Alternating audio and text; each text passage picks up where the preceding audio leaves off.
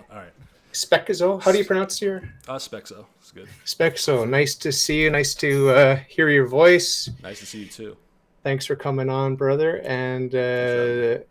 so, as I usually do with new guests that I don't know, maybe it's good to give a little introduction in your own words, your faith journey, where you come from, philosophically, religiously, that sort of stuff, if you don't mind. Sure. Well, I was baptized Catholic, but I was raised very irreligiously. My grandparents on my father's side were super devout Catholics, very into activism in the pro-life scene.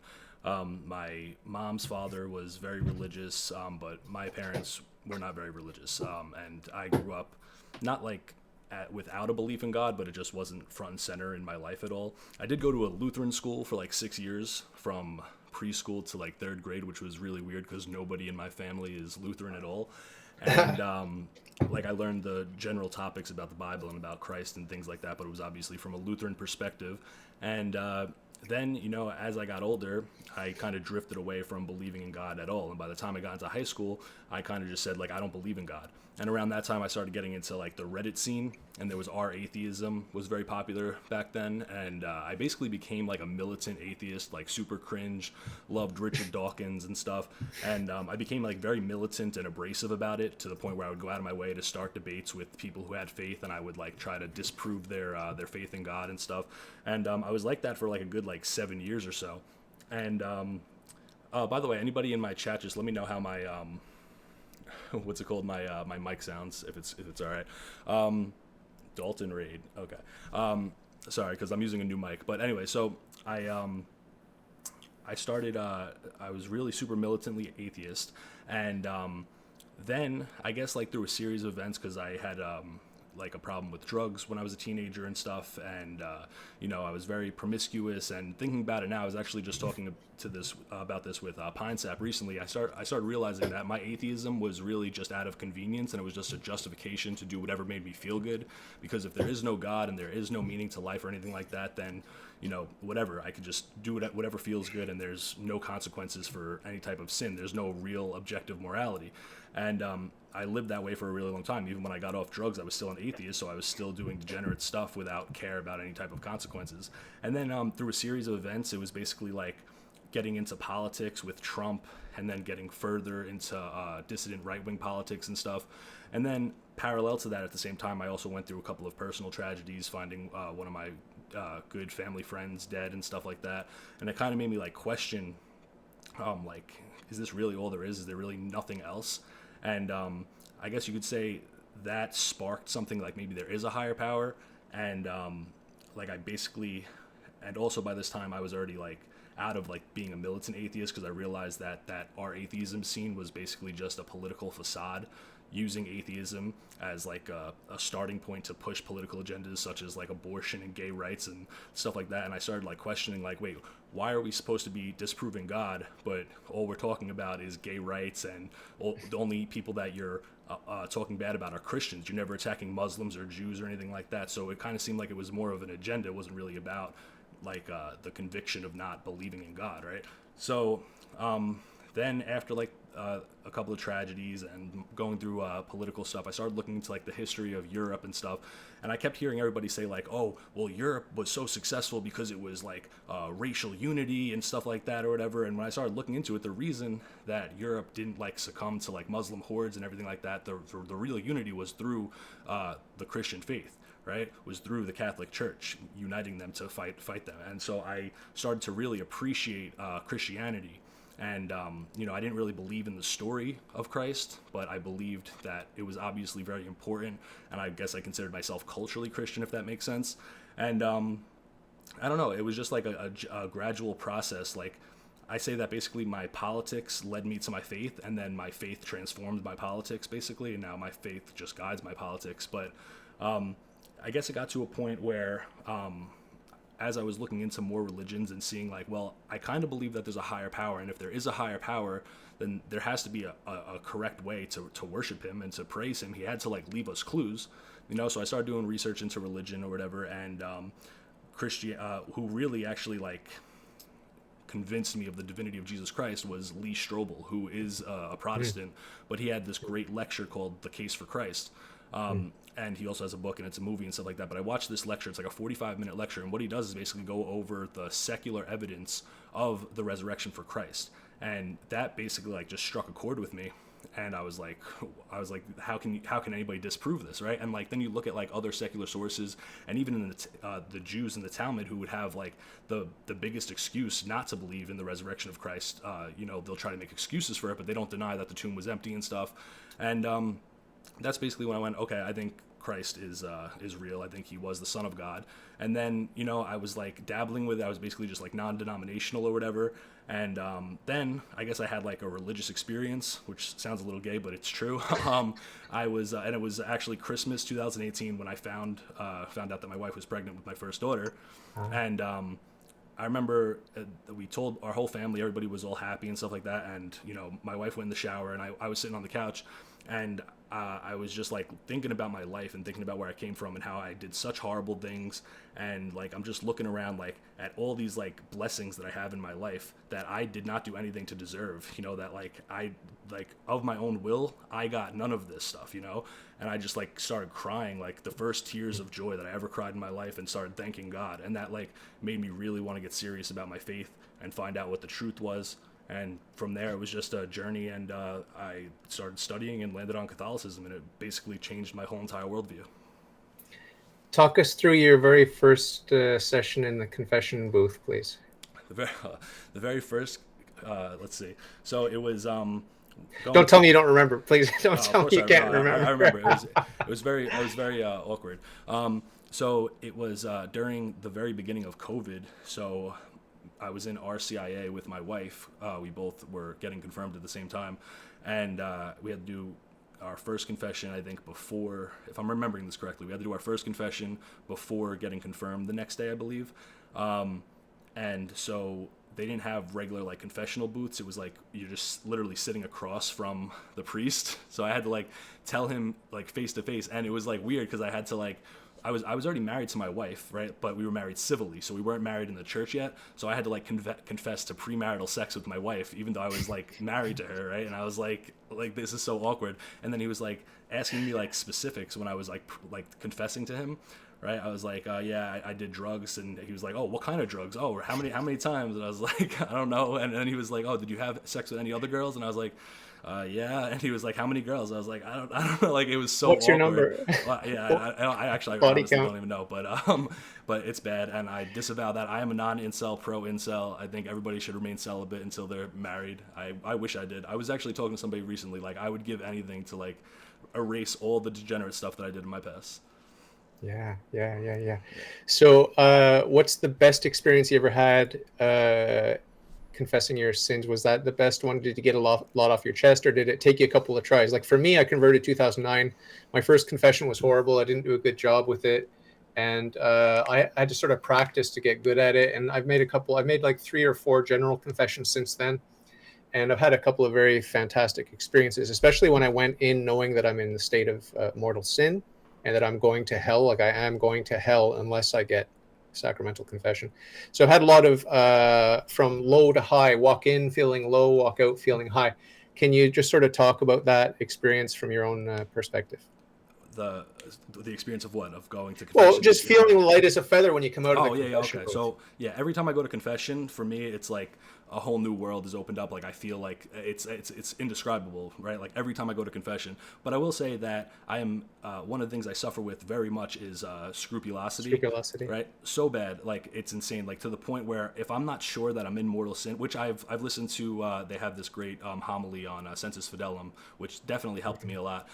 Just look up sensus fidelum scrupulosity, and it basically like if I don't know, I know that I sinned, but if I don't know if I'm in mortal sin, like I'll beat myself up over that, and then to the point where I won't receive the Eucharist until I go to confession next, right? And I was like going crazy in my head about this like all the time, But another thing I struggle with, which I think is even worse, is that if I commit one mortal sin, right? my brain, or I guess you could say Satan, will convince me like, oh well, you can do other stuff too now because you're already in mortal sin, Yeah, so you yeah, might as well just go yeah, crazy until you go to confession again. yeah, yeah, And yeah. Oh yeah, I struggle that's with that horrible. so bad. But once I go to confession, I come out, it's like I never want to sin again. I'm gonna just dedicate my entire life to Jesus Christ or whatever. I feel like a totally new person. And Yeah, but then of course we always end up sinning because slipping up. it's in our nature. How old are you now? I'm 29. 29. I was 39 when I converted, and I mean, I'm not young with raging hormones, but I still have the temptation for sexual sin, lust, and sinning just with my eyeballs, looking at sexy women on the street, on the billboards, on TV, and movies everywhere. Like, it's just, you can't avoid it. Not to mention the internet, but I did a pretty good job avoiding porn on the internet since my conversion, but have fallen a couple of times. But that idea that oh well, I'm already dirty, I may as well just roll around in the muck and eat my own vomit. Like, I mean, there's a good antidote to that way of thinking, and it's a really scary antidote. I read it in St. Alphonsus Liguori.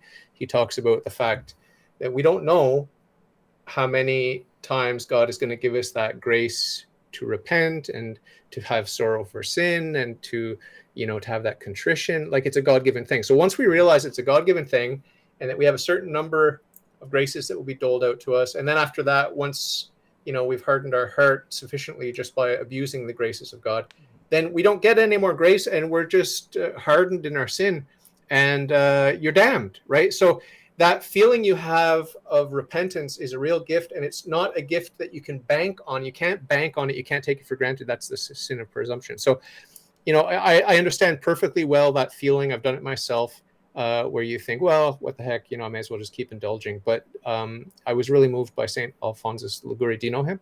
No, I never heard of him. You can read his stuff. His work on death, the preparation for death, is amazing. All this stuff is amazing. The Glories of Mary. When you listen back, if you listen back to this or take notes, the Glories of Mary, you got to read the Glories of Mary. Are you a big fan of Mary? Obviously. Of course. Yeah, she's I dope. I love her. I had a bit of a mystical vision before my confirmation, because I was baptized validly, illicitly but validly, in a Protestant church growing up, and at 3 months old. So that was a real disappointment to discover that, because I wanted to be baptized so I could have all the consequences of my sins wiped out, along with my, giving forgiveness, and then I get the temporal punishment due to sin will be wiped out too if I got the baptism. But I wasn't able to have that. I just had the confirmation. But I was choosing a confirmation name, and I really love Saint Augustine, and I was going to choose that. And then just a night or two before my confirmation, I had a dream or a vision, whatever you want to call it. I don't know if it was mystical or just a dream, but it was Mary, and she told me, you're going to take the name Mary, not the name Augustine. So I'm David Mary Andrew Ross. So Saint Mary is your confirmation saint? Yeah. Nice. That's awesome. Heavy duty. My confirmation saint is Saint Louis the Ninth, who was king in, I think, the 1400s or 1200s, I think, of France. And the reason I picked him actually is a kind of silly meme reason, but because I saw a quote on a meme from him that said, the best way to deal with a blasphemer is to stick your sword as far as you can in his bowels or something. I was like, oh, okay, that's a base quote, so I'm just going to pick him. But I was originally going to pick Saint Simon of Trent, who was a boy who was murdered by Jews in a blood ritual, a Christian boy who was kidnapped by Jewish radicals or whatever, and like they drank his blood allegedly. And I thought he was a saint, but apparently he's not officially canonized, so I can't like use him as a confirmation saint. So I picked Saint Louis, and then after he was my confirmation saint, I started looking into him, and he's like the archetype of like the best type of monarchical figure you could want. And he's not a libtard. No, definitely not. So you can't be libtard and Catholic. Catholicism is anti-libtardness. What are some of the big influences on your way into the church where you're like, I don't want to be Catholic. Oh, shucks, I got to be Catholic now because I read this, that, and the other thing. For me, it was the Confessions of Saint Augustine that converted me to Christianity from generic monotheism. I was a default Muslim because I was sort of a generic monotheist. Did not want to be Christian because I hated Christianity my whole life. I was an atheistic Satanist at that point when I converted, and a hard solipsist. Actually, I'd fallen right into the deepest abyss of philosophical inquiry because I was studying philosophy as a hobby for many years. But yeah, I did not want to be a Christian. I hated Christianity. I hated Christ and his church. But I went to the mass with a monk because a monk walked into the store where I was working on a computer repair shop. I wanted to talk to him about God because I was a monotheist, and he took me to his monastery, and he took me to mass, and I said, I'm in. I don't believe in Christ. I don't believe in the Trinity. I don't believe in the incarnation. I don't believe in any of that stuff, but I am in, because what I want, you have. What I want is to worship God. I want to worship God. I have to worship God. Not only do I have to worship God, I have to worship God publicly. I knew that. That was an impulse that I had. It was like a sort of a mystical sort of like this infused knowledge I had, where public worship is necessary. I don't know if you felt that. For when I wanted to convert to Catholicism, like what made What do me. you want when you found God? Did you want to worship him publicly, or did you just Oh want yeah, to sit absolutely, at home absolutely. and worship? No, I wanted to dedicate my whole life to him. Like even my content changed. My family thought I was insane for a little while. Oh yeah, You know, like what I don't know. I think you asked like what really like first started me towards Catholicism, right? yeah. Especially So the reading. yeah, Especially the reading. so I wasn't much of a big reader until I got into Catholicism. I was more of like watching podcasts and watching Yeah. videos on YouTube and stuff like that. And I'd hate to say it because I am not a fan of him anymore, but ironically, what originally like convinced me of Catholicism was Taylor Marshall, right? And so let me preface this. So when I after I had that like religious awakening or whatever, right, and I was like, okay, what's the real Christianity? I got to figure out like what is the correct path or whatever. It legit took me like 2 hours to realize like, okay, Protestantism is just silly goose nonsense. That's not it, right? And so then I was stuck between Catholicism and Orthodoxy. So I was literally watching like hours of debates between Orthodox and Catholics and stuff like that. I was heavily into Jay Dyer. Jay Dyer almost made me become Orthodox and stuff, right? And then watching old Taylor Marshall videos and like about the history of the church, and I actually learned more about like Islam through him and stuff like that too. So he had a lot of great early content, and I think ultimately what really just triggered me to become Catholic was the Pope, honestly, and just realizing that unity in that monarchical hierarchy of order and obedience that the Orthodox Church doesn't have. Plus, not to mention, I learned about the Council of Florence, Vatican Catholic, which is a Sede Vacantis play. It's funny because I got into Catholicism because of a Protestant Lee Strobel, a crypto seed Taylor Marshall, and another seed Vatican Catholic or whatever. And I don't like any of them now. Like I'm totally against their beliefs fundamentally, but they did guide me towards Catholicism. So yeah, so then with the Council of Florence and how that they agreed to unify, and then all of a sudden, because the Muslims in their countries and the people were like, no, we would rather wear Muslim turbans than papal tiaras and stuff, and the fact that they really didn't evangelize the world, and the fact that they're just not one. They're, what is it, Holy Catholic and Apostolic, but they're not one. So they're at least missing one of the fundamentals that are the marks of the true church, right? So I decided that Catholicism was the true faith, and I wanted to just learn as much as I can about it, and I got obsessed with it. And what was really struggling, or really hurting me at the time, I guess, is I still had like these Taylor Marshall crypto seed viewpoints about Vatican II, about the Pope and stuff, about things being heretical in councils, and I like couldn't reconcile my brain around this. Like, how could something be permitted by the Holy Spirit, promulgated by the Holy Spirit, I should say, and have error or be, heretical? And I found Reason in Theology, hosted by Michael Lofton, and he had like a whole playlist on Vatican II. And Michael Lofton has been like probably the single most influential person in like getting me away from that Sede Vacantist mindset. amazing, man, amazing. If you get familiar with my podcast and my content, you'll see the struggle I have against the rad trads and the Sede Vacantists. It's a big part of my little mission or evangelization or whatever it is that I do. How do I send you a little link here in my Google Meet? How do I do that? Is there a In chat? the Google Meet, you can send it on Telegram if you want. Oh yeah, okay. I found out how to do it here. Maybe I'll do it on Telegram too. I'll do it on Telegram. I want you to look at this and tell me if you've ever seen it before. Okay. So very interesting. Might be right up your alley. I was very excited to discover this guy, Larry Chapp. A manifesto of the new traditionalism. Yeah, baby. You don't need to read the whole thing. Basically, it's sort of like taking that everything you love about the rad trads and the traditionalists and the sedevacantists, everything you love, rightfully love about them, and then realizing that Vatican II is a real council and the Holy Spirit is present at Vatican II. It's a holy council. And so it's like the best of both worlds. This is what I've been dreaming about since I became a Catholic in 2009. I've been dreaming to have some sort of sanity with common sense and tradition and respect for the hierarchy and everything. And it seems like this guy is barking up that tree. So I'll have to look more deeply into it. I'm supposed to interview him at some point. Oh, nice. Yeah, I think the whole we talk about this on our podcast all the time. Like, obviously, we know we have other problems with liberalism and the bishops in modernism Germany and all these people and stuff like that, and it sucks. But also, the rad-trads who might have good intentions are still going towards error and basically interpreting things in a borderline Protestant-esque way, where like Vatican II, while you could say that like since Vatican II, there's become a crisis in the church and it's been horrible and things of that nature, and it's due to people misinterpreting Vatican II. The spirit of Vatican II. Yeah, poor catechesis, purposely subversive clergymen and things of that nature. But if you actually read the documents of Vatican II and you actually read it in the correct way with the lens of tradition behind you, there's nothing heretical or anything about it. I love it. I've read the documents of Vatican II a couple of times, all 16 documents. I love it.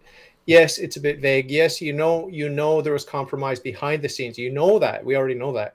But the fact is the Holy Spirit was at work, and there's so much beauty and truth. And my faith has been improved by reading those documents. I think that's the most common thing, is that most people that hate Vatican II have never really read the documents. They just like read. Like, I had a whole problem with like the part where it's like Muslims worship the true God or something like that. First of all, it says that they profess to worship the true God. It doesn't say that they do so accurately or correctly. And then if you read it in the context, what it's basically saying is just that they're also monotheists, right? That's basically the whole point of that. They're monotheists, and we could use that to try to convert them and try to bring them to the true faith. It's trying to find like a common ground. But Radtrads interpreted it as, they're saying that Muslims are worshiping the true God and they're fine doing what they're doing. That's not what it's saying at all. Yeah, well, I like I said, I was sort of a de facto Muslim for 5 minutes or whatever it was. Never believed in Muhammad as being a true prophet of God, but I just kind of like the simplicity of why would I want the Trinity? But now I understand why I want the Trinity. I want the Trinity because I want the Incarnation. I want the Incarnation because I want that community. I want that, and I want that bridge between myself, a finite creature, and God, the infinite Creator. So, it takes time to digest Christianity. It takes a lifetime. It takes more than a lifetime. It takes all of eternity. That's what heaven will be, is catechesis, right? Yep. Like entering into the life of the Trinity. Wow, that's not boring. A lot of people, I used to say as an atheist, heaven's boring and the good times are in hell, sex, drugs, and rock and roll. Turns out all of the sex, drugs, and rock and roll is in heaven, right? I don't know about sex, drugs, and rock and roll, but the eternal pleasure of it. Yes. Yeah. I don't think those specific things are there, but yeah. Yeah, well, I often say, like, what do you like? I ask an atheist, what do you enjoy in life? I enjoy food. Well, there'll be food in heaven. Well, I mean, because I can say it's a tentative statement I make. Like, there'll be food in heaven or something better. The subtext is, or something much better. Right. And it's probably something much better. It's incomparable to anything we could even perceive on Earth. Yeah, but it's like when you're talking to a child, like when you talk to a child, what do you like? Well, I like my toy truck and I like eating chocolate. Okay, well, adulthood, you can have lots of toys, meaning like cars and houses and whatever, and you can have lots of good treats. Like, you can't expect the child to understand what it's like to walk in the shoes of an adult. He'll get there, right? And it's not evil to talk in simplistic, overly simplified terms to someone that hasn't yet arrived. So when we're here on Earth and we know that it's beyond our comprehension, we can talk about, I really want my pet dog to be there. I think we should encourage people, atheists especially, to say, well, yeah, your pet will be in heaven. There's no reason for your pet not to be in heaven. It can't merit hell, that's for sure, right? So I like to err on the side of, like, paint a nice picture that, yeah, you're going to have sex and drugs and rock and roll and all the things you love as a pagan atheist. You're going to have all of that. And the subtext being, again, or something much, much, much more subtle and refined and dignified and better. Nothing evil, nothing evil whatsoever in heaven, but it'll be very, very good. Yeah, I think atheists if they even really exist, because I thought that I was an atheist, and Yeah, so did I. I think that it was really just I just wanted a justification to be a Mm, degenerate. yeah. But I think that if atheists really exist, it takes more faith to believe that everything just happens spontaneously out of nothing for no reason whatsoever, and nothing matters, than it does to believe that there is a creator that who loves you. Absolutely, absolutely. There's no doubt about it. So I've interviewed quite a few feisty atheists. Aaron Ra, I don't know if you know Aaron Ra. Aaron He's Ra. like, yeah, he's a big time anti-Christian. He was raised Mormon, and I called into the Atheist Experience to talk to Matt Dillahunty. Do you know him? No, Anyway, I'm very bad with like names, and like even people I okay. know, I don't even know their names. So So my point is that they get very aggressive and it's entertaining, but when you push them on any philosophical issue, especially metaphysics, they've got nothing. They've got absolutely nothing, and what they have is a bag of tricks of how to turn the conversation, change the subject, obfuscate, hide in complexity. That's a really good tactic, like hide in the complexity. Well, it's so complicated. We don't know. We don't have the answers yet, but science, one yeah, day science will have all the which is answers and such a this sort of cop thing. out. Like, oh, nothing can answer it, but science is working on it. We got to wait for science. Yeah, Right now, we don't know. It's like, all right, well, yeah, we do know. It's God. Like yeah. It's so lame. It's so lame. Are you interested in metaphysics and philosophy? Have you read anything? a little bit. I used to read like Marcus Aurelius and meditations and stuff like that. And Cool. but as far as like any secular, I read a little bit of Nietzsche. He's gay. I read. I tried reading Evola, and everybody like dissident right wing people like love Evola. I tried reading Evola, and I read a decent amount of him, but he just rambles on like never ending sentences, and it's just like exhausting to read him. So I'm not I've really never into heard of that. him. You never heard of Julius Evola? No. Oh, okay, he was What like era? what era? I want to say the 30s and 40s maybe. Okay. No, I Yeah. stopped with Rene Descartes. That's as far as I went. Oh, okay. I went from the pre-Socratics, which I loved, through Socrates, my absolute all-time favorite. I think he's a Christian. I think he's a Catholic. I think he's in heaven. And Plato, who I like, and Aristotle, who I begrudgingly like because the church has defended his philosophy so stringently, especially Thomas Aquinas. But there are Platonists, Neoplatonists, and this sort of thing. We've got the whole Franciscan school, which is more on the Platonist side. You've got Blessed John Duns Scotus, one of my favorite philosophers and Catholic saints. He wasn't canonized because they allegedly found scratch marks inside of his coffin when they dug him up. Like that was a sign that maybe he was fighting his death or whatever. I don't buy that. I think he's a saint.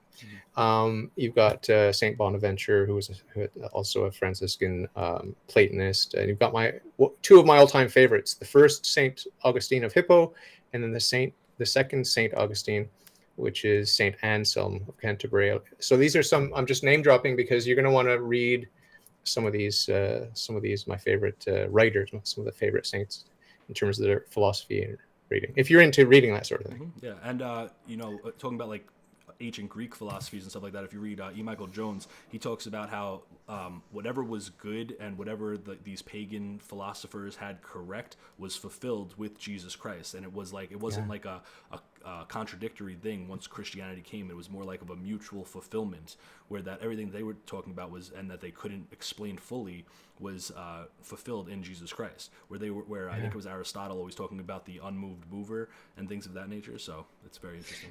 Yeah, I don't know if you know Saint Justin Martyr, but he Of talked course. about that. All truth belongs to us Christians. That's what he said. He was a convert from paganism and Yeah. quite another great thinker. So we've got such a treasure. It's such a treasure. One lifetime is not enough. For real. And so, right now I'm reading canon law, and it's a big fat book. And I discovered that it's illegal, according to canon law, it's illegal to not have a grate in between the confessor and the priest in the confessional. You have to have a confession booth with a grill. Oh, really? Okay. Yeah. So it's illegal. Yeah. So we find so many things like here in Montreal, it's like the Wild West and everyone does what they want to do. We have the faithful intincting the host into the blood. And that's like one of the worst crimes against the dignity of Christ because it puts the dignity of Christ at risk. And this is a common practice in Quebec. If I go to any mass where they do that, I just don't go back to that church. I talk to the priest, give him a little flyer that explains why it's wrong, and I just don't go back. That's pretty nice. You just have like a flyer of canon law, liturgical abuses, and you're standing with the priest and stuff like that. Yeah, Yeah. I talked about it recently. I went to when I was in Florida. I was trying to find a mass and I couldn't find any Latin mass, so I went to the closest Catholic church I could find, and it was the most insane thing I've ever seen in my life. Like they had giant, big screen, two Yeah, yeah. big screens on like above there. They had two priests come up before the mass, or actually like during the mass. They had like 20 minutes of announcements. Then after the first scripture reading, they gave an award out to some guy and like this couple or whatever. And I was like, what is going on? They had the lyrics of the Psalms like playing like karaoke with a full band Bouncing too. ball, Yeah, bouncing yeah, ball. it was insane, right? And then they had like 8 Eucharistic ministers, and I'm pretty sure they didn't even hold up the host correctly. It was like Protestants doing an SNL skit of how they thought Catholics were or something. It was so bad. Oh, I could tell you stories make your toes curl, man. Like, I mean, I've met priests, I talked to priests who don't believe in the real presence. I've met priests who have said to me straight up, there is no difference between the Catholic Mass and the Protestant Bro, celebration. what is going on? That's insane. They should be excommunicated. Then they're not Catholic. Well, I think they That's are excommunicated. Like, okay. Well, I mean, they excommunicate themselves by yeah, saying heresy like that. Like you get a self excommunication, but I do wish that there were more formal excommunications and anathemizations, because I think the yeah. general public needs to see what is and isn't okay, because it's just like the Wild West everywhere.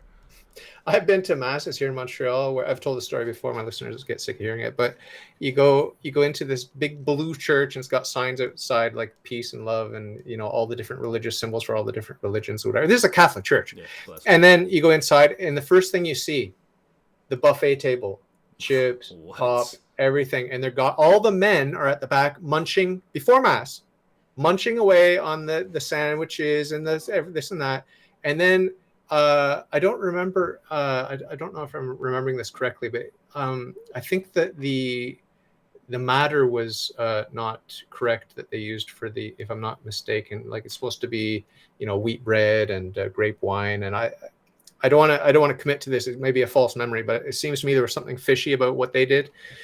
I know I grew up in a Protestant church where they use grape juice. That's strictly forbidden. It has to be the wine of grapes and this sort of thing. But, I don't want to be policing. I just don't go back. It's like I wish them well. I pray for them. And it's a gateway drug into Catholicism. Like this weird, whatever this religion is, it's a gateway to Catholicism, because those who, pick up a book or that, stumble upon a good priest and a good church, they'll be like, hey, this is cool. Like, virtue, availing yourself in a worthy manner of the sacraments. Wow, like this is cool. Is this Catholicism? And then they can learn about the real Catholicism by being in this phony sort of. And I'm not trying to put anyone down here, but it is a joke. I mean, we've seen on YouTube the clown priests, The priest on segways and stuff.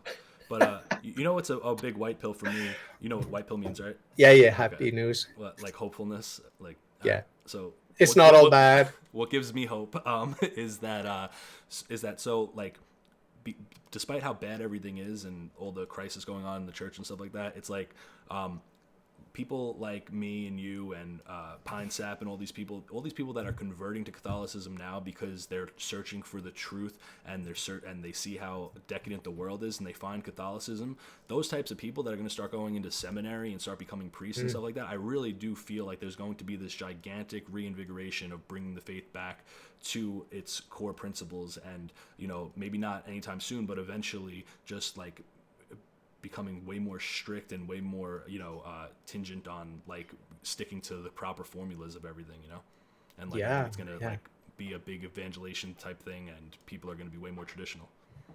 I don't know if I sent it to you, but I will send it to you if I haven't already. This little link to one of my favorite videos that I did talking. It's just audio only, but I talk about sedevacantism. It's called The Pros and Cons of Sedevacantism, and it illustrates how the Sedevacantists are no different from any other rebellious, heretical, or schismatic group. They're Protestants. They're no different. With extra steps. They're no different. Like I just go through all like a variety of heresies for each of the councils, and I just show how it's always the same thing. Like there's always, it's always in turmoil. The church is always at the center of controversy, and there are always, weeds among the wheat and wolves in sheep's clothing, and nothing has changed. We like to think that the good old days, like this is what the rad trads do. They say they just glorify the good old days. It's just so easy. You know, it's like looking at the beautiful women in the movies and going, "Oh, I wish my wife were like that." Well, your wife's better. Sorry, your wife's better than that. Like, look at Madonna. Look at her today. Like, which would you rather trade? Are you going to trade your wife for Madonna? I don't think so. So, forget about the fantasy that Hollywood and I don't these think women Madonna's are. fertile anymore. Yeah. Well, I mean, it's just sickening. You know, it's just sickening the perversion of the woman, of sex, of intimacy, of the family. It's like it's a big deal, and abortion's a big part of that, obviously. And we have so much to talk about with Roe v. Wade and all that. I don't really want to get too deeply into that because. But I did want to mention one thing about Pope Francis. I have to admit that I've been a huge defender of Pope Francis, and you know, I know he's progressive or on the left or whatever. It seems like that. I don't know, but I like him. I think he's a sweet guy, and I think he's a holy guy. I don't agree with him on everything though, and I've been very disappointed with. Like I'm a young Earth creationist, so I'm disappointed that he Yo, seems let's to go. he seems to believe in that Jesus and Mary evolved from apes. Like I just find that absurd, and I'm also pissed off that, excuse my language, I'm annoyed that he's pushing the vax and pushing the whole COVID religion. I think It's we a just little, need yeah, one religion. it's a little bit of a misinterpretation. I will say that he does have some ambiguous statements, and that he definitely could be doing more. But I think that he hasn't said anything remotely heretical. He hasn't No. done anything bad like people try to claim that he did. As far as the vax stuff, the CDF released a document clarifying what he meant by that. He meant that if there is something that is good for the general public, that you should feel a moral obligation to do that. But the CDF document also clarified that any type of vaccine needs to be done on your own free will, and that you can't be forced to do that. Okay, So good. people just like skim over that. I'm not saying you did that on purpose or whatever. I thought the same thing too. But you have to also realize that in the history of all the papacy, no pope has ever been in the spotlight as much, has had so much scrutiny and agendas being pushed on every single little statement that he says, being reported by different reporters, mistranslated, all that stuff. That's why they talk about the piety of medieval peasants who didn't even know the pope's name and just went to church and listened to their priests and stuff like that. So you have to, not really put so much Yeah. interpretation or like too much effort trying to understand what the Pope is doing or saying or whatever. As long as he's not changing dogma or doctrine or whatever, yes, we can criticize things that he's not doing or his ambiguity and stuff like that, but we really do have to defend the Pope, and we have to respect Yeah. his seat as the Holy Father. Yeah, And man. pray for him because he's 85 years old. He has a really bad torn leg. He's Yeah. barely able to walk. Everybody should be praying for Pope Francis every day. Absolutely. I pray for him every day. And I'm doing the first 5 Saturdays devotion now. Like I've been trying to do it for years since my conversion. I've started so many times and never completed it. Now I'm just like powering through. I'm going to get it done. But the whole evolution versus creationism, can you talk Let's about your go. perspective on that? Yeah, evolution's fake and gay. We did not evolve from apes. God created Adam and Eve. We're all from them. Yeah, I'm also. I don't know. You're a young Earth creation, so what? You believe that the Earth was created less than 10,000 years ago? The whole universe, yeah, less than 10,000. The whole universe, less than 10,000 Epic. years. I go a step further. I don't believe in space. I'm a flat earther. Oh, no way. And totally deny Firmament. basically all. I can't confirm or deny. I don't claim to know how it works or anything like that. But it's definitely not the dimensions they tell us it is. It's not a spinning. It's not a spinning globe. I can't debate on the issue because I don't know the specifics or whatever, but like I don't believe that we're a spinning globe going 666,000 miles through the universe or whatever. So yeah, I'm total anti-science, cuck, no lab coat stuff. So yeah, that's my opinion. I'm not quite there on the flat Earth. I don't think I can get there. Maybe I could. I did work at I'll show you the light. I'll I take you on the journey. I worked at the Canadian Space Agency. I've met astronauts, including one of the first female Canadian You met astronauts. Mossad agents hired to psyop you into It could be. It could be. propaganda. It could be. One friend of mine from here in Montreal, he's a stand-up comedian. He claims to have started the whole flat Earth thing as a joke.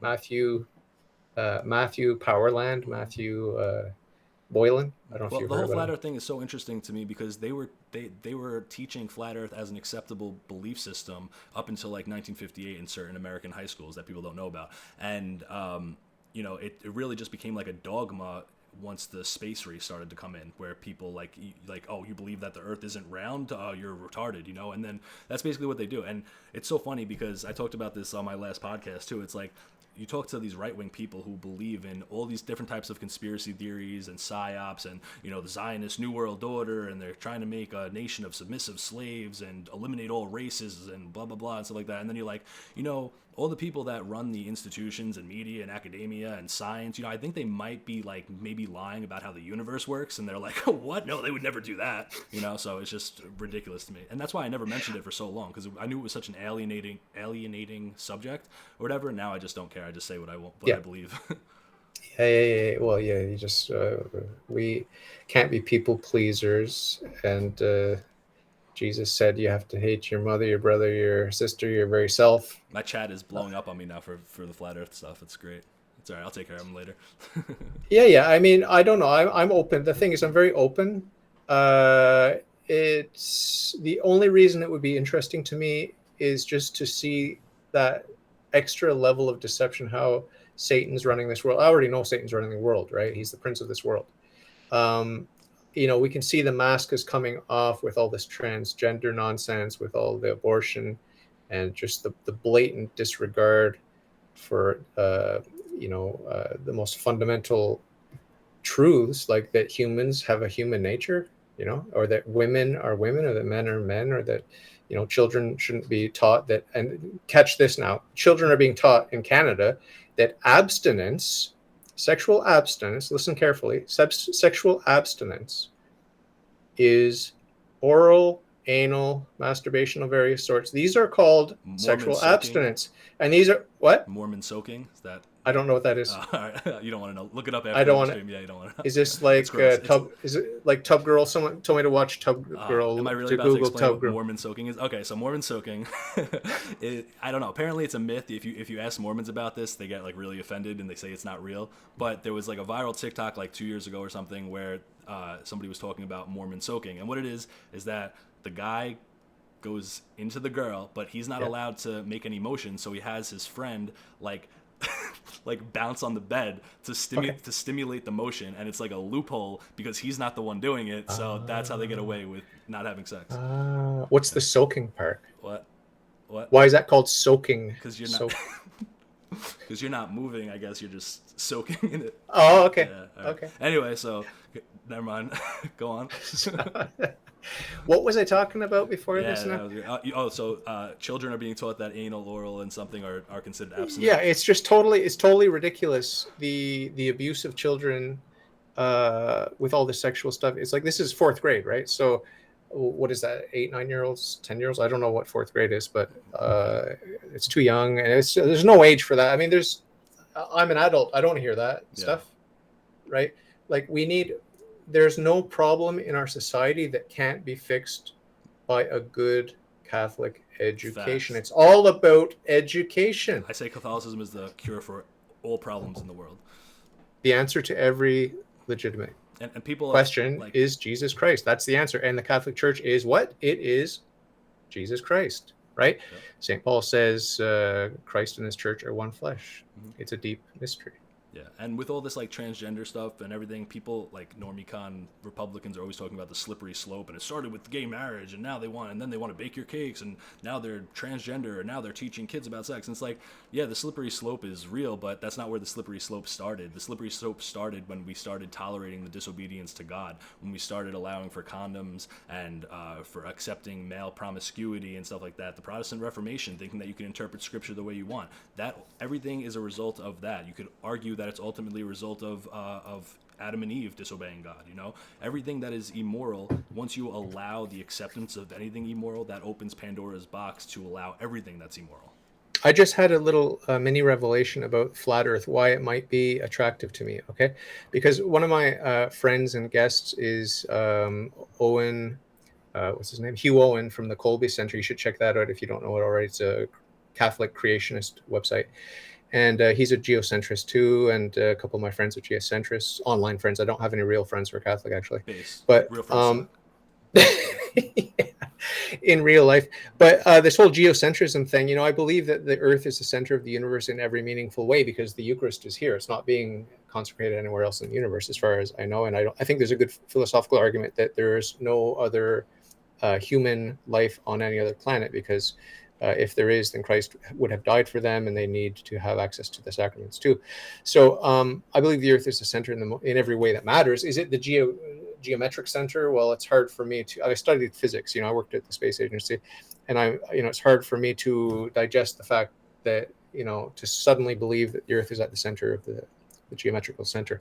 But whatever, it's possible. I mean, anything's possible. But your flat Earth thing, the reason I like being a young Earth creationist because it gives me proximity to Adam and Eve, it gives me proximity to the fall, it gives me less of a laissez-faire attitude about my own sin, right? Because if we were here for millions of years, I don't know what they say about the humanity, how old humanity is, the evolutionists, but I think it's millions of years, whatever, cavemen and all that nonsense.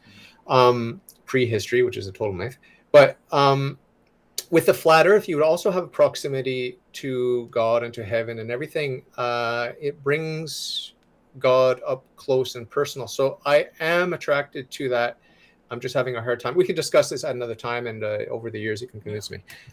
But it does give. I want you to talk about that proximity of being close in time to the Garden of Eden and the flat Earth thing, where you have more proximity to the heavens, to God. And I do actually believe that hell is under the earth, like at the center of the earth. I don't know if that's a Catholic belief or it's just sort of my hunch. Yeah, well, I mean, the whole flat Earth thing started like years before I was even Catholic or anything like that, and I didn't really believe it. Actually, it was funny because I was talking to my friend and I didn't even know he was a flat earther, and we were talking about how like the government puts out conspiracy theories. I think we were talking about like QAnon or something like that, and we were like how the government will fund conspiracies to like delegitimize actual conspiracy theories or whatever. And I mentioned I was like kind of like how they put out the whole flat Earth thing or whatever. And he was like, no, the Earth is flat. And I was like, okay, yeah, whatever. And he sent me like a bunch of documentaries and stuff like that. And I just like watched it I spent like 2 months just watching flat Earth stuff and like then I would watch like people trying to debunk it and stuff like that. And I mean, it's not something that I really care about. Like, obviously, if the church dogmatizes that the earth is round, I'll be like, okay, I got to submit to that. It's the authority of the church, whatever. But they haven't yet, so anybody who believes the earth is round is dumb as of right now. But, and people are like, oh, well, why would they lie about it being round? Because it's $1 trillion industry. If they can control what we believe about the universe and how the earth works, they control everything. They can control what we think about, climate change. They can push nihilism. That's what the whole thing is, that we're just like this accident in this vast universe and nothing matters. We're not the center of anything. They want to push nihilism and meaninglessness, whatever I just said, and act like life has no real purpose and that you could do whatever you want and nothing matters. That's what they want. They want you to be demoralized and think that your life has no purpose. So I think absolutely it's perfect. It's perfectly reasonable of why they would do it. And second of all, I think it just makes the most sense. When they talk about the dimensions, Eric Dubai had this video where he was going over exactly what NASA claims the dimensions of the Earth are, and he does like a bunch of experiments showing, well, if they were, then you wouldn't be able to see this however many miles away. So let's say like, I don't know the actual mathematics stuff or whatever, but if they say like, okay, for every 10,000 feet, there's a 4-foot drop off. So if something is 100,000 feet away, then you're going to have this much drop off and you're not going to be able to see a building this tall because it's going to be over the curvature. And then they show it and you could see it perfectly with these new zoom in Nikon P9 lenses that they have, where they're literally zooming in miles away for things that they're saying, oh, well, actually when a ship goes over the horizon, it's because they're going over the curvature. But then you zoom in and you see the boat in full view, so it was just like, okay, well, if they're lying about the dimensions, what else are they lying about? And it just, to me, flat earth makes the most sense. I really don't care if people agree with me or not, but that's what I just think it is. And I think it makes sense. Once I got into Catholicism, it makes sense from like that perspective where God would create us, and that's it. We are the center of the universe, and plus there's a bunch of scripture that correlates with flat earth, with the firmament and talking about the earth being built on pillars and things like that. So yeah, I'm excited to find out. But I wonder, why don't we figure out some sort of way to check out Antarctica? And there's a lot of mystery around Antarctica and that sort of thing. Like, it's not that hard. Antarctic Treaty. was like a bunch of nations coming together and agreeing that they wouldn't allow civilians to go past a certain point or something like that. And Fishy. yeah, and all these Fishy. nations were like at war at the time, and so like why would they make any type of deal? So I mean, like I said, I'm dumb like when it comes to like going into specifics and names and dates and Yeah, stuff like yeah. that. I wish Pinesap, my co-host, because he's like a Catholic Rain Man, he's like a robot. He knows like every specific name and date and stuff like that. I want to like just like feed him like a DVD of like or like a USB thing, put it in the back of his head of like all flat Earth stuff, just so that he could help me in like flat Earth debates. But Is he not a flat earther yet? he's anti-evolution. I don't think I've won him over on the flat Earth thing. He doesn't really Okay. care too much. Like I don't care Yeah, really. yeah, I just yeah, know yeah, from like what I yeah. looked up years ago. But like, he's just all about Catholicism in the church. But he like has documents memorized. It's insane. You got when you talk to. I think you're gonna talk to him Friday, right? Yeah. Yeah. You could like ask him anything. He's like, it's insane. He's literally Rain Man. He's like a savant. I'm pretty sure he's Cool. definitely on like the spectrum, but he's awesome. Very cool. When I was on your Telegram, he was very quick to respond to me. I said, "Hey, how can I get in touch with this guy?" He's like, "I'll set you up." So Yeah, I think he he seems like a programmed an sharp. alarm for notifications in his head that even when he's sleeping, he could just go like this and write a message in his head. He seems like a sharp guy. But this whole COVID fiasco. Did you get the jab or no? Absolutely not. Okay. So I just want to talk about the psychology of what's it called, mass hypnosis, or just people going along to get along and making little compromises. Like probably seen that conspiracy theory video. It's just text that says it's just 2 weeks. It's just a mask. It's just social distance. It's just this. It's just that. It's just that. It just goes on and on and on and on. And it's like, Jesus talks about swallowing a camel and then filtering out the little gnats. Mm-hmm. It's like, this is what we do psychologically. We humans, we are able to believe a lot of nonsense, a lot of inconsistent, contradictory BS. It's part of our fallen nature, I guess. But you have to wonder. Like, I mean, I see in my circle of friends, not that I have a lot of friends, but in my circle of acquaintances or loose friends or good friends, I have a couple of good friends. But it's always a surprise. Like, hey, this one saw through the BS, and this pack of other ones didn't. Right? It doesn't matter what you say to them; they will not see it.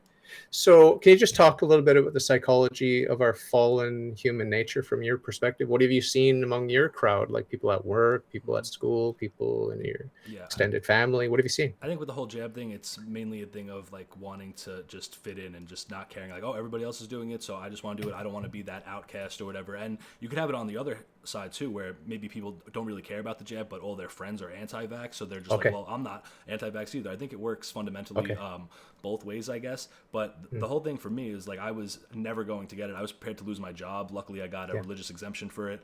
But I know some people that got fired. I know somebody that was working for this other company, and he was working there for I think 18 years. He had 2 more years before he retired with a pension. They wanted him to get the vaccine. He said no, left his job, lost his pension. I mean, I'm sure he'll get like a part of it, but he would have got way more if he stayed just for 2 more years. So I admire that. I admire not doing that. But the whole thing that they're telling, I literally used to like, because with the whole COVID thing, I was listening to it since December or January 2020 maybe, because I was on 4chan and looking at all the poll threads. I don't know if you know what that is, but 4chan is like an image board. No. Poll is politically incorrect, and it used to be kind of like edgy politics and stuff like that. Now it's filled with like trannies and stuff, but whatever. So they used to post like pictures and videos from China of all these people convulsing and like all these like dropping dead, convulsing on the streets and stuff like that. And then they were saying how it's going to come to America in 2 weeks, and all these people are going to die, right? And I was like, oh yes, end of the world, this is awesome, end times, let's do this or whatever, right? So I was like all stoked that like, okay, this is going to be the apocalypse, right? I finally get to die. And no, I'm kidding. And so then it comes to America, right? And I'm telling like all my friends and stuff, and I'm like, oh, this is going to be serious, blah, blah, blah. And then like, nothing was adding up. It just didn't make any sense. And I and I was like, okay, this is just not, I think this whole thing is fake now, And like, then everything they were saying just didn't make sense about like who could get it, who's most affected, all this stuff, and nothing was adding up. And I was like, I don't know what it is. I mean, maybe there is something, because my grandma died from it, my wife's grandfather died from it, my dad almost died from it.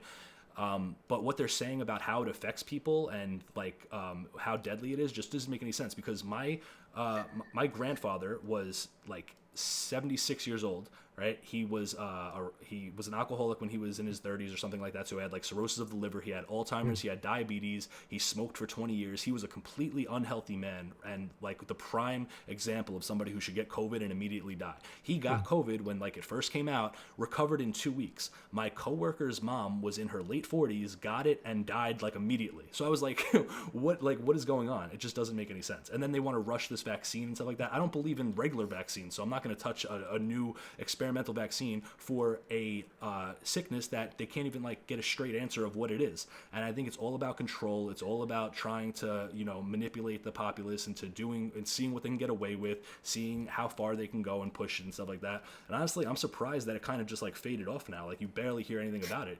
It's just like now they moved on to the next thing. Now it's the Russia war, and now it's going to be a white supremacist mass shootings, and it's the summer of psyops. So it's just like they just move on from one thing to the other, and I just try to block everything out now. But I will never get vaccinated, and I don't care what I have to lose. Is the aborted fetal matter, the HEC, human embryo, kidney cells, and all that, is that an issue for you? How big an issue is that for you? Originally was an issue until I kind of looked at what the Catholic Church stance is for it, and the Catholic Church stance is that it's like the degrees of separation, that you are not morally culpable for the abortion stuff, and it's not really you're not shooting aborted fetal cells into you, which is what I thought it was. It's that the original vaccine was tested on an aborted fetus from like 1973 or something like that. But I think that if that could deter people, then they should either. I don't want anything that came from abortion, Yeah. But also, to play devil's advocate, Tylenol and a bunch of other medications are same testing concept that these vaccines go through with the aborted fetal tissues. Not only that, but the little candies that you like the zingy flavor of, they were developed using aborted fetal cells. So you can't really escape it. It's not the number one thing for me. The number one thing for me is that I have free will, and that I will not be coerced into giving free consent. Because guess what? If I'm coerced into giving free consent, it's no longer free consent.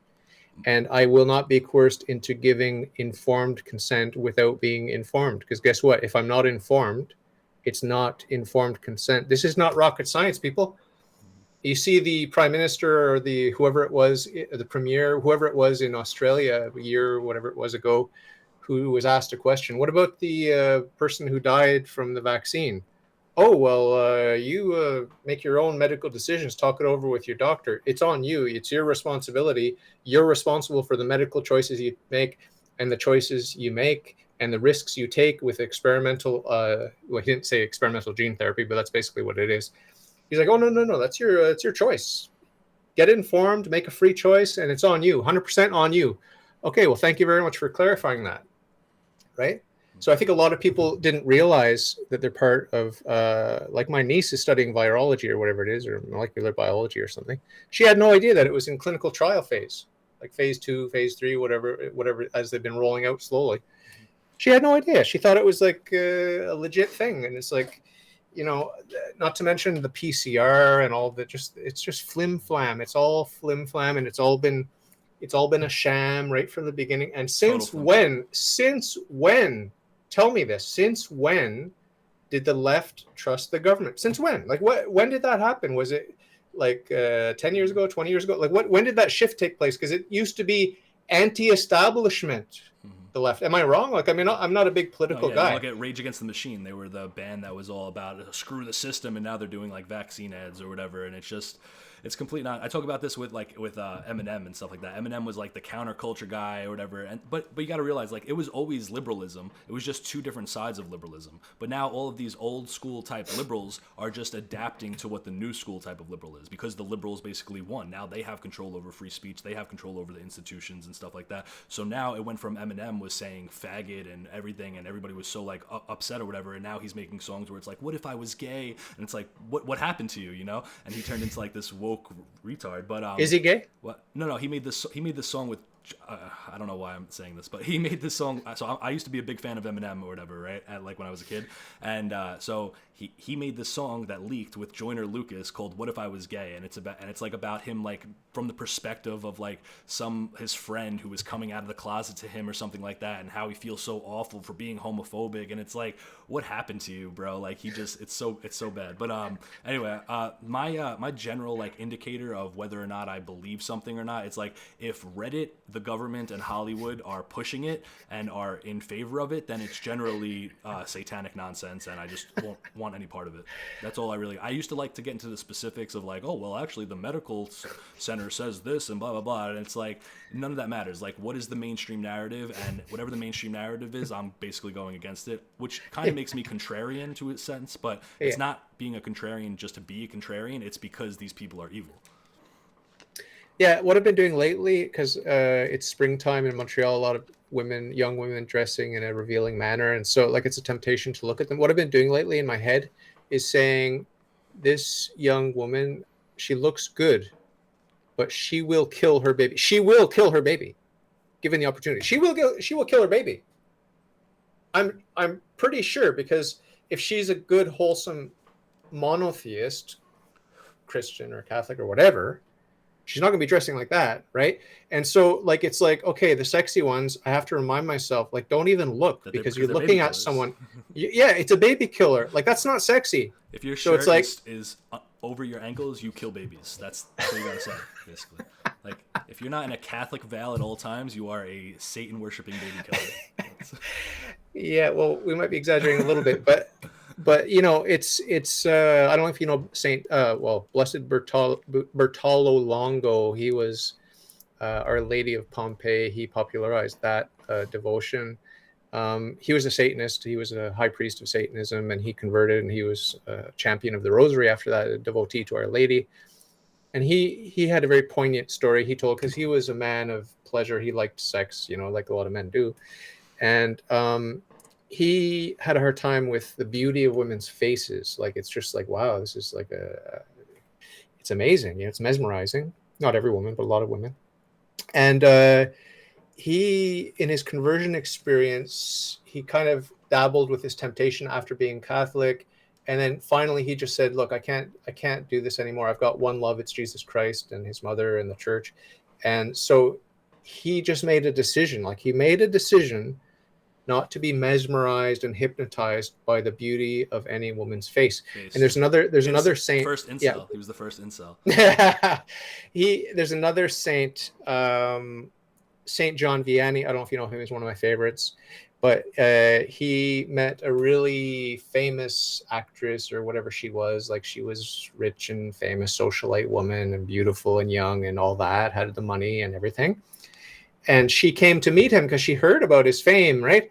And she was not a religious woman. She just wanted to meet him, just like Herod wanted to meet Jesus or whatever it was. So she gets out of her fancy carriage or whatever it is.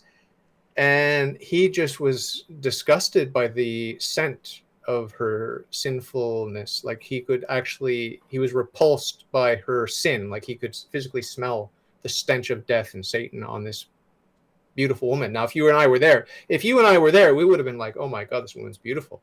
But not for this saint. This saint saw through it by the grace of God. So I have to get in the habit of realizing that Satan wants my soul, and he's going to fool me any way he can. And that includes by admiring what looks like a beautiful human being, right?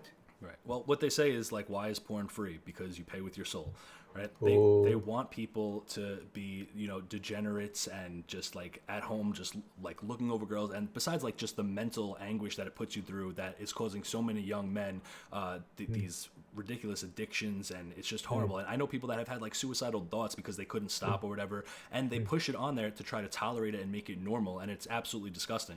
And like, so I support America First, right? And like, there's this big controversy within the America First thing about incels, right? Which incel means involuntarily celibate, and basically it was a term used by people to against people who could like not, because they were so ugly they couldn't get laid or whatever, right? But it was used against them to make it like, anybody who like they disagreed with or whatever, they would just be like, oh, you're just mad because you can't get laid, you're just an incel or whatever. So basically what people in America First did or whatever is they basically appropriated that, and so now they call themselves incels, not because like they're gross or whatever. It's just because they're trying to subvert and undermine the idea of that promiscuous sex is something to be like something you should strive for, something to do. But if you're a Catholic and you truly believe in God, you know that you shouldn't be looking for sex. You should be looking for marriage if that's your vocation, or you should be looking to get holy orders or even be a lay celibate or whatever. There's nothing wrong with that. We're trying to get rid of this idea and culture where we put these women on a pedestal because they want to show skin or whatever it is, where, that we don't need to do that. We don't need to put these women and like, oh, my main goal is to get a girlfriend and get laid and all this stuff. No, we should be good men. We should be living for God. And if our vocation is to get married, we should be trying to find a woman who wants to be a housewife and who wants to have children. I was reading about eunuchs who used to voluntarily castrate themselves and then go live like in monasteries away from there so they could avoid the temptation of any type of sexual desire so they can get closer to God. Now, physical mutilation might be condemned, but that is a based concept to just strip yourself of all that desire or whatever just so you could better serve God, right? And in my opinion... Did you know that one of the fathers of the church did that to himself? Oh, did they? Good, based. Yeah. Awesome. I think it was Origen, if I'm not mistaken. It might have been Tertullian, but I think it was Origen. He was not a saint. He was not canonized, by the way. But and so in my opinion, like I don't let my wife wear bikinis. We went to Vegas to visit my dad, and she had this one piece bathing suit, and I was like, even that is too revealing for me. Like, I honestly think that we should appropriate Muslim burqas for our women. Like, and it's not like people think like, oh, we're like making women or whatever, oppressing women or something like that. And it's like, no, God made men and women to have distinct traits and attributes and to mutually complement each other in the roles that they're meant to play. And they're obviously not doing that. And that goes for men too. Men aren't living up to the standards that they should be as well, right? But women specifically, because women are this whole feminist idea or whatever, that women need to go to work and work 30 years for a job that doesn't even know their name and do all this disgusting stuff that is when they should be at home having a fulfilling life, taking care of their house, raising their children, all of that stuff. That's like pathologized. That's what they do. They pathologize normal behavior and normal beliefs systems, and it's disgusting. So I think we need to get rid of that culture, stop worrying about what women or anybody else thinks about us, be good people for God, and eventually, like somebody came in my chat the other day and they were like, oh, I like this girl and she doesn't like me anymore and I don't know what to do. And it's like, bro, stop. Focus on your faith. Focus on getting yourself established, and the girls will naturally come, and you'll attract a higher quality of woman who wants to be what you want in a woman when you're actually doing the right thing. Yeah, absolutely, man. Another thing I want to talk about is closely related to this, which is controversial, is marriage at a young age. I'm very, very, very for the idea of puberty being the age of marriage. Like, we have to get people married early. We don't have to, but Wait, ideally, people should be getting married relatively soon after puberty. That's what I think. I think there's a fine line we need to tread very lightly on that. I think that in the olden days, when people were hitting puberty or whatever, it was a very different system. Obviously, you had people that were dying much younger than they do now, but because of how immature people are now, like, I think people going through puberty are not nearly as mature as they need to be getting married and stuff like that. That's for sure. But I agree with you 100%. But I said ideally, and that ideally includes Catholic education, virtue, like it's a complete transformation of the society. And then guess what? The people at puberty will be mature and they'll be ready for marriage. That's what I think. I think we're a long way from ever having that. I wouldn't want immature people today getting married just after puberty. But that, I think, is what God intended. I think that's what's natural. And I think that if people were not, so immature, as you put it, and I think that's a good word, if they were not so immature, then we'd have a lot happier society, because people would be starting young families and they wouldn't be as promiscuous and Tinder or whatever. I don't know what the apps are today. Well, I think in some states that if the parents sign off on it, I think girls can get married at 16, which I think that's not really a bad starting point. I think 14 is a little too young. I mean, I know that in like the old Middle Ages and stuff like that, like people were getting married at like 13, 14 years old. As soon as they hit puberty, they were considered an adult or whatever. I don't know. I just think maybe it's because I'm so like, I'm so used to how degenerate and decadent society is that I'm thinking of like Like 15, Yeah. 16-year-old Danger, kids danger. are like horrible, and like they have no idea what they're doing, and they're just like they That's true. can't be trusted with anything or whatever. I agree. But I mean, yeah, like you said, ideally, if they're raised in a Catholic nation where they're instilled with the Catholic values or whatever, and maybe Christ is go king. back to monarchical times or whatever, maybe something like that. But I don't think it should go any younger than 16, and that should be with like the church's blessing and the parents' blessing and stuff like that. Yeah. I'm not advocating for anything. I'm not like, when it comes to the law, I like to focus on God's law and the natural law, and then the human law. It's like I'm just sort of quietly hoping for the best and expecting the worst. That's my attitude about politics. That's my attitude towards the judicial and legislative branches of government. It's like, hey, let's hope for the best and expect the worst, because these people are gonna, like,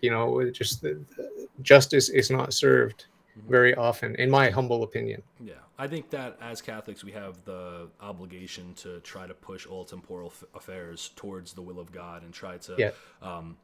work however we can through politics, through community building, whatever. Just try to push the will of God, even if it seems like we're going to lose, even if it seems like Yeah. there's no hope or whatever. It is our obligation as Catholics to spread the gospel and try to make our situation as close to God's kingdom as possible, no 100%. matter what. So it's like, yeah, we could be realistic that, like, obviously we're not going to get a Catholic monarchy anytime soon, unfortunately, unless somebody just decides to make me king, which I'll gladly take over in a second. Hey, but I'll be able to fix the country in like 2 weeks tops. But hey, hold on now. Whoa, because you got a Catholic president and I got a Catholic prime minister, right? Isn't that the case? No, Hello. we have heretic president and whatever nonsense Canada does. What is it, prime minister? What is that? Prime minister. I thought president. Well, because we're under the queen. We're under the queen. Oh, at least you have a queen, even though she's just doesn't do anything. Who's your queen? Queen? She's the popess of the Church of England. Queen Elizabeth II is your yeah, queen? she's the. That's how bad I am at geography that I didn't know that the Queen of England was also the Queen of Canada. She's our queen. Wow. She's our queen. Yeah, Well, I just read our constitution. I just read our constitution recently because of the truckers' protest in Ottawa. I don't know if you heard about that. Yeah. In the winter, the convoy. Yeah, and the people are still in jail, and that just like went off the radar. They're not talking about it. But speaking about the Queen, did you know that in like the British Constitution or whatever, it says that if a monarch converts to Catholicism, they give up their monarch? Yep. Ridiculous. Eternal. I think that still stands. I'm not sure, not 100% sure. It may have been written out. Did you know, speaking of tasty little tidbits of information, did you know that Canada used to be, in the Constitution, we used to place ourselves under the authority of God? And then that got amended so that now it reads that we are under the supremacy of God and other deities. Oof. So we have God. Yikes. And all the cute little deities. We've got all those cute little deities with their red tails and their horns. Isn't that cute? That's garbage. That's some pagan nonsense. But I'm surprised that there's not more Catholics in Canada. Isn't it like half of it's French? It's like 50% Catholic Aren't up here. French people like? Oh, it is, okay. So French people are usually Catholic, right? Or yeah, like, yeah. It's predominantly Catholic in Quebec on paper, but the parishes are all empty. So hold on. So you check the Catholic check mark on the form, on the questionnaire. You're Catholic, but you're not going to church. Okay, so how does that work? Right? How does that work? No. So like, I don't get it. Like, there's basic education. It all comes back to education. What does it mean to be a member in good standing in the church? It's not that hard. We have the precepts of the church. Yep. Holy days of obligation. We have to support the church financially. There are all these things. They're only about 6 precepts or whatever it is. It's not that complicated. Like, this is, you can teach this to an 8th grader and they can keep it in their memory. But the thing is, people just don't care. They don't care about God. Obviously, they don't care about God. Yeah, I would say the 100% of all politicians, at least in America, that are claiming to be Catholic are not Catholic in any sense of the word. They are just heretics calling themselves Catholics in name only, right? Instead of Republicans, rhinos, Republican in name only, they're, Kinos, Catholics in name only. Joe Biden is not a Catholic. He is a heretic. He openly supports abortion. You cannot openly support things that are antithetical to the Catholic faith and then claim that you are a Catholic. It's the same thing as the Catholics for Choice and all of these people. You throw around this word Catholic just because you were baptized Catholic or you claim to be Catholic. If you're Catholic, you have to believe in the dogmas of the Catholic Church, and you cannot profess anything that is against those dogmas. Yeah, baby. You read this one yet? Is that Ludwig Goat? Yep. Yeah, Yeah, based. Yep. love We it. just did a book recommendation stream. That was one of my book recommendations. And I Amazing. still have the the Taylor Marshall book that I ripped up. All the pages are ripped out. I think Oh my god. I should burn the rest of it. Honestly. Oh, I got the. What do you think about the SSPX? Because there's this guy, I forget his name, but he was saying, "Oh no, no, no, you've misunderstood. No, no, no, we're in union with Rome, and there's no problem. We're not in schism, and this, not the other thing." And then I went to the official SSPX website, and I just Googled within their site Vatican II, and they're like completely rejecting Vatican II. It's like, hello, you are not in union with Rome. Sorry. Like, I mean, what? How can I be smarter? I'm uneducated when it comes to religion. I just self-taught. I just read a few books. Yeah. How can I be smarter than this professional guy who studied theology? Like, I mean, it's not that hard to figure this stuff out. Yeah, we talked about it a couple of times. Me and PineSap. PineSap will, like I said, he'll know how to go into the specifics way better than I will. But the SSPX, even though their official status is canonically irregular, they are material schismatics, right?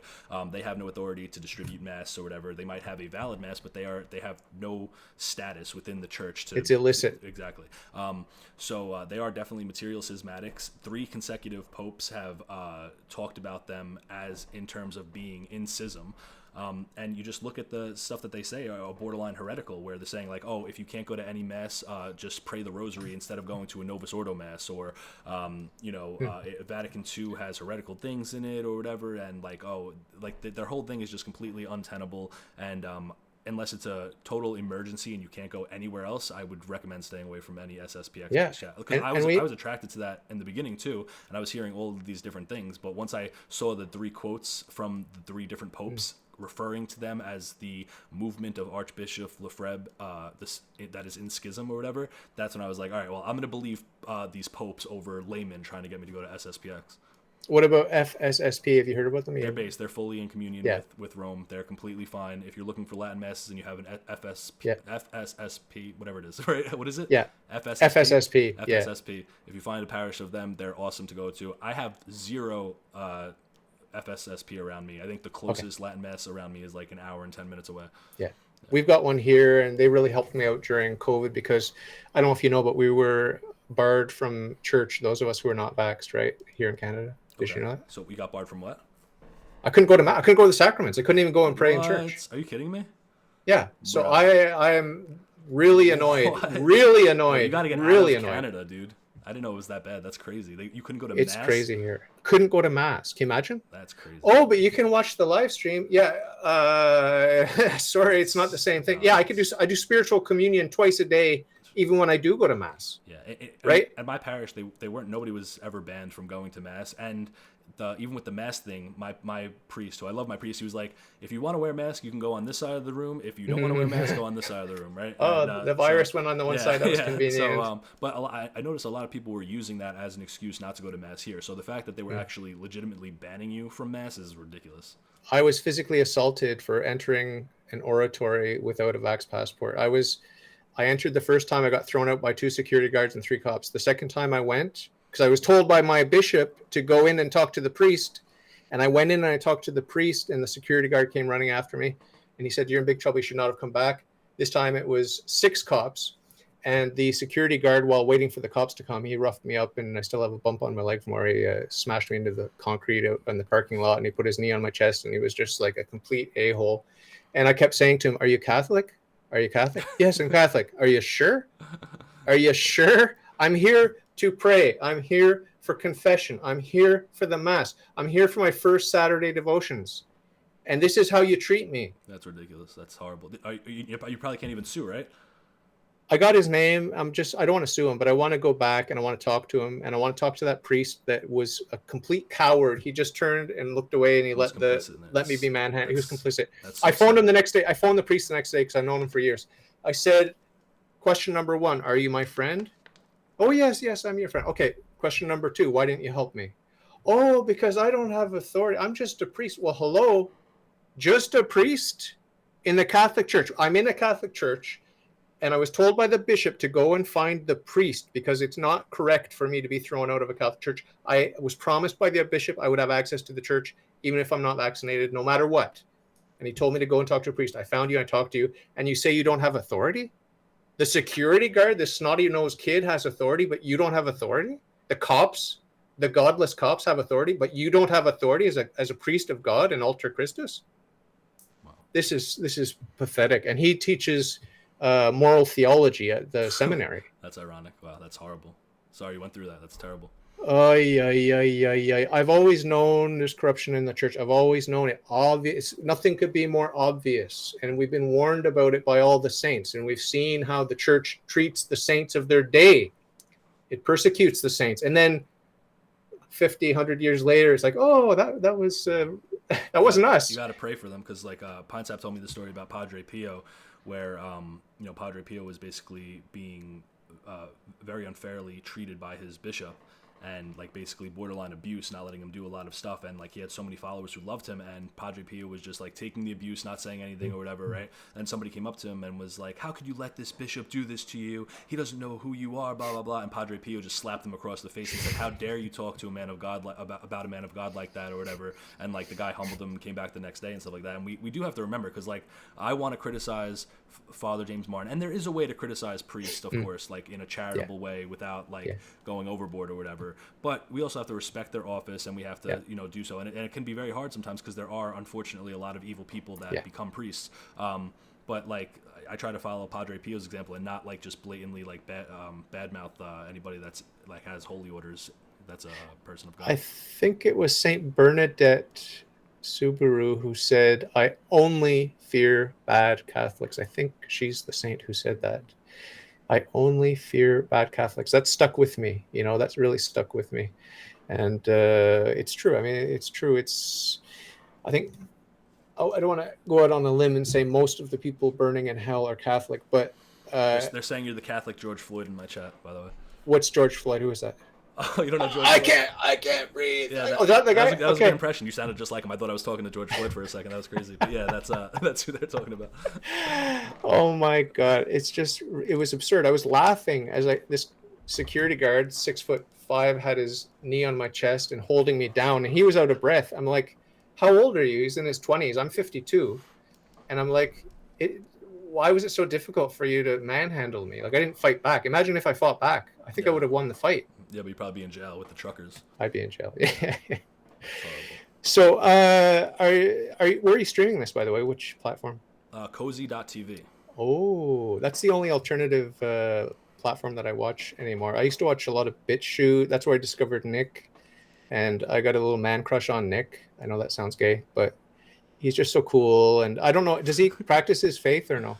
I'm pretty sure he does. I mean, he's not very open about it. He's open with promoting Catholicism and stuff, but he doesn't talk about his own personal thing, as far as I know. I invited him on the podcast. Of course, I'm a tiny nobody with a very wildly unpopular podcast, but I invited him on. I talked to one of his little underlings, Marco or Marcus or something like that. Nice guy, student or something. But he said, oh, no, unfortunately, Nick's too busy, which I understand. He is very busy, and he only does political stuff, and I hate politics, so it wasn't a good mix. But I'm gonna have Wurzel Root or whatever his name is on, and I'm gonna try to find some Groypers or whatever they're called. I mean, I'm very impressed by this movement, because it's like, since when are there common sense Catholics who are, on fire for the faith and chanting Christ is King at AFPAC 2 or 3 or whatever it was? Yeah. It's just like, what's happening? Like, how can this be happening now? Mm-hmm. Society's crumbling, and then we've got like young men on fire for Jesus Christ in his church. It's like, wow, too good to be true. I really do think that Nick Fuentes, despite any criticisms people lob at him, I really do think that like God is working through him, and like he's like chosen by God to like spread a godly message, because I first heard of Nick Fuentes in I think mid 2018, and I was in a group chat with some people, and they were sending clips of him to me, and I liked what he was saying, but at the time I was like agnostic. I wasn't like full atheist anymore or whatever, but I was like in a very weird place in my life. I was very depressed. I was like in this like accelerationist mood where I was like learning all these alternative historical facts, and I was like, oh no, what we need to do is work against our interests so that the government collapses, and then there'll be a mass awakening, and like super cringe stuff. So at first I really didn't like Nick Fuentes, and then I kept watching his clips and stuff like that, and then like parallel to this I started getting like more into my faith and more into Christianity and stuff like that. And I already liked him because he was able to, his oratory skills are beyond compare. Like the way that he's able to just talk without any verbal crutches for 3 hours at length is insane. But he's also able to articulate all these dissident right talking points in a way that's easily digestible and palatable to normal people. And like I saw something like that's really special about him, so I like started watching him like religiously or whatever. And then as I got really close to my faith, the reason I really started supporting him was, like you said, he's the only one that is pushing Catholic moral values. And like you said, you go to these events and you have 20-something-year-old kids chanting Christ is King. There's no other place you can get that, you know? And I really do believe that if there is a political solution, if there is anything that could change the course that we're on, it's going to be this movement, because it's the only movement that has a chance of actually making a real change. And the fruits of it have already been proven over the last 5 years. No other movement like this that is grassroots funded has made the impact that America First has. So like I have no real connections to it. Like I'm not professionally involved in it. I'm just a supporter, but I'm very loyal to it. I'll never turn my back on it. Well, why are you allowed to stream on Cozy? I want to stream on Cozy. How can that happen? I think that you could just email the Cozy team or whatever, and Is there a minimum time commitment? Because I work full time in construction. No, they just give you a channel, and I think on Gab you just like you email the Cozy team or whatever, and I guess they check you out and they decide if they want you on or not. Okay, so that was you brought to mind another question about the whole Nick Fuentes situation. Yeah. Oh yeah, I wanted to add, this is stupid, but you know, the reason I like Nick, it's not because I understand and agree with his politics, because I don't understand politics at all. But his authenticity, I believe him. Like I believe him. I'm touched by him. I can say I love him. I love all humans, but I feel the warmth. I feel like this is a real human being. And he says himself, I'm a real human being. The only person I got excited about in politics in my whole life was Donald Trump. And I lost faith in him when he let the election be stolen. I believe it was stolen. And when he didn't fight back, he just kept repeating the same old stupid limp things. And then when he started with pushing the vax, it's like a vax salesman. It's like I lost faith in him, you know. But I was very, very, very, very, very excited. It's like the truckers thing in Ottawa. It's like, holy cow, grassroots movement, populist movement. Like it's about the people. It's not about Donald Trump. It's about real people, right? And Nick Fuentes talks about that. He talks about his connection with real people. He hates the regime, just as everyone else who has a brain should hate the regime. The regime is evil. Right. But I'm excited about Nick Fuentes because he's young and he's bright. And my only fear is that he'll be corrupted just like everyone else. Like, I mean, Donald, the advantage that Nick has is that he's, I think, sincerely religious. God only knows. But I never believed that Trump was pro-life. Give me a break. I never believed that he's Christian. Like maybe he had a conversion. I don't know. God only knows. I want to give him the benefit of the doubt. But I thought at least he's pretending. That's something. Well, and at least he tells it like it is. And he's a pain in the butt.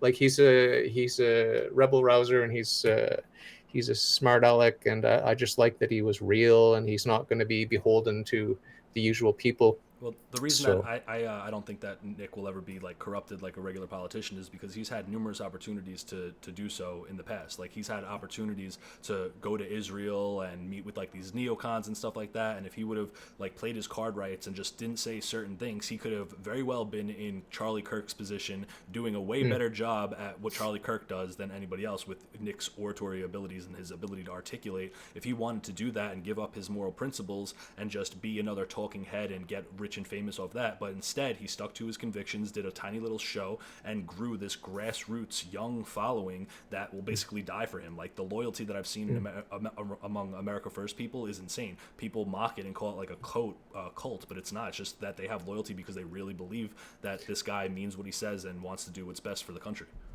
If I were Nick, and Nick does play around, he's got a great sense of humor, and he doesn't mind being a bit devilish, which I like. I'm the same way. But you know, if I were in his position, I'd say, yeah, it is a cult. Cult means worship, and my followers worship me, and worship means that you see the worthship, you see the worth. That's what worship is. You see the worth.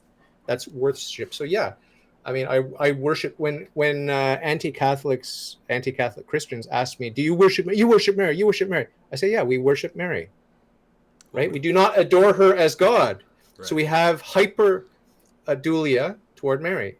Yeah. It's a hyper worship. And the Catechism and the documents of Vatican II talk about how we worship, using that word, worship Mary, the cult of Mary, we worship Mary. Right. So I don't think that we should get too testy and delicate about the word worship. There's low worship, medium worship, and high worship. The highest worship is for Mary, and adoration, latria, is for God and God alone, and Mary is not Right. God. Yes. Yeah, absolutely. I mean, but I think just when you're talking to Protestants and regular people, obviously the colloquial term how worship is used is that you're worshiping somebody as God. So I think you just need to clarify what veneration is, and make that distinction that we're not worshiping Mary and the saints as gods themselves. We're honoring them and through them getting to God and Christ, basically. Yeah. St. Alphonsus Liguori talks about how he would believe that she is a god. He wants to believe that she is a god, but the church says that she's not a god. So he draws the line very, very, very, very close to that blasphemy and that sacrilege, whatever you want to call it. Like, I mean, he goes as far as you can go. If you read the Glories of Mary, anyone listening to this, I've got exactly one viewer on my channel listening. Anyone on your channel that's listening, go and get a copy of the Glories of Mary by St. Alphonsus Liguori. You will not regret it. It's amazing, mind-blowing. All the works of St. Alphonsus Liguori. Absolutely incredible. I'm going to have to let you go here.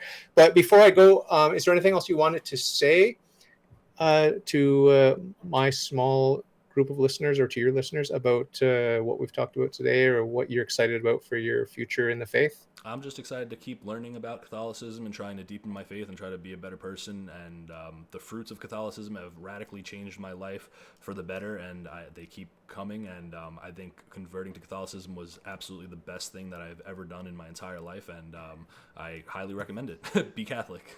Without thinking about it, spontaneously, 3 things I can do to become a better Catholic. 3 things. Go. Go to church. Go to church daily. Read more theology books, and become friends with PineSap on Telegram. Yes.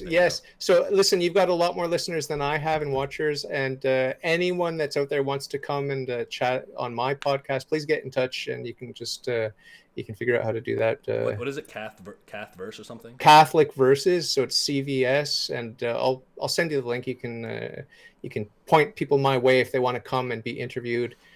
Just like this, just chatting about our precious faith, and it's a real blessing. And one of the major incentives to come on my podcast is you get enrolled in a perpetual Mass. You and your families will benefit from the graces, the infinite graces of the Mass being said for you and your family every day until the end of time. And if, God forbid, you end up in purgatory, you're still going to be benefiting from that. I even enrolled the Holy Souls of Purgatory in a perpetual Mass. So every day I'm sending graces to purgatory, and they're going to repay the favor every minute of every day. So it's a real Catholic life hack, as one of my guests said. So awesome. Big incentive to come on the podcast, and I'd love to meet you. I'd love to talk to you, and I'd like to have you back if you'll come back on my show. Yeah, sure. Absolutely.